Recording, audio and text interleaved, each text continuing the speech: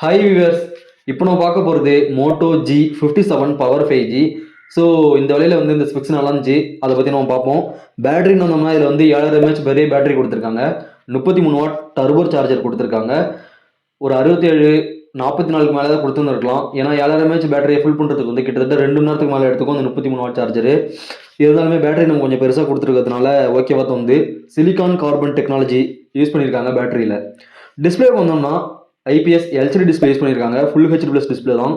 120 Hz refresh ரேட்டுமே இருக்குது.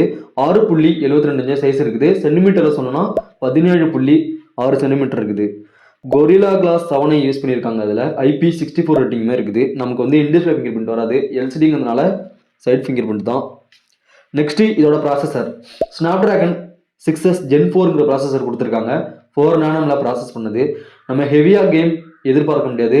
Medium கிராஃபிக்ஸில் வச்சு free fire, PUBG, call of டியூட்டிலாம் விளாண்டுக்க முடியும். நல்லாவே இருக்கும்.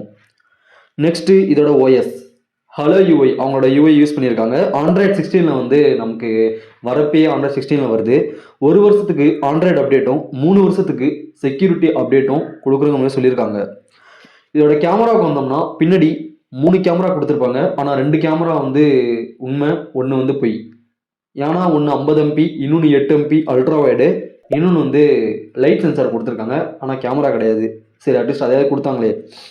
வீடியோ வந்து நம்மளால் 2K 30 fps வரைக்கும் பின்னாடி எடுத்துக்க முடியும். முன்னாடி வந்தோம்னா 8 MP கொடுத்துருக்காங்க. 1080p வீடியோ ஷூட் பண்ணிக்க முடியும் முன்னாடி. இதோட ரேம் டைப்னு வந்தோம்னா சிங்கிள் வேரியன்ட் தான், 8/128. நம்ம வந்து இதை வாங்குறோம் அப்படின்னா இதையும் யோசிக்க தேவையில்ல, ஒரே வேரியன்ட் நம்ம வாங்கிட்டு போயிடலாம். பார்த்துக்குங்க.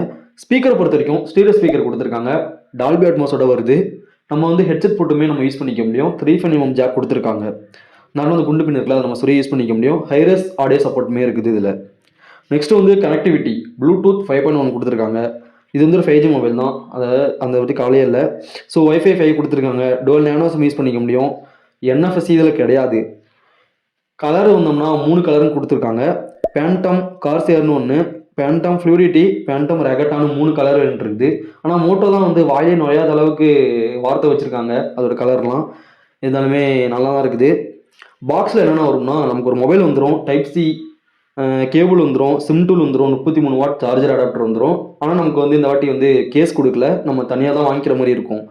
இதில் ப்ரைஸ் வந்து அஃபிஷியலாக வந்து 15,000க்குள்ளே தான் இருக்கும் அப்படிங்கிற மாதிரி சொல்லியிருக்காங்க. நான் ஃப்ளிப்கார்ட்டில் பார்த்தேன், அதுலேயுமே வந்து 13,000 தான் இருந்துச்சு.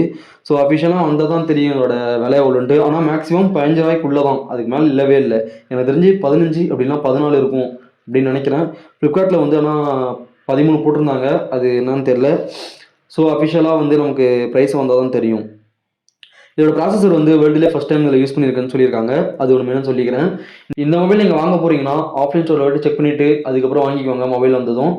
இந்த வீடியோ பிடிச்சிருந்துச்சுன்னா லைக் பண்ணுங்கள், சப்ஸ்கிரைப் பண்ணுங்கள், சப்போர்ட் பண்ணுங்கள். அடுத்த ஒரு வீடியோட சந்திப்போம். பாய்.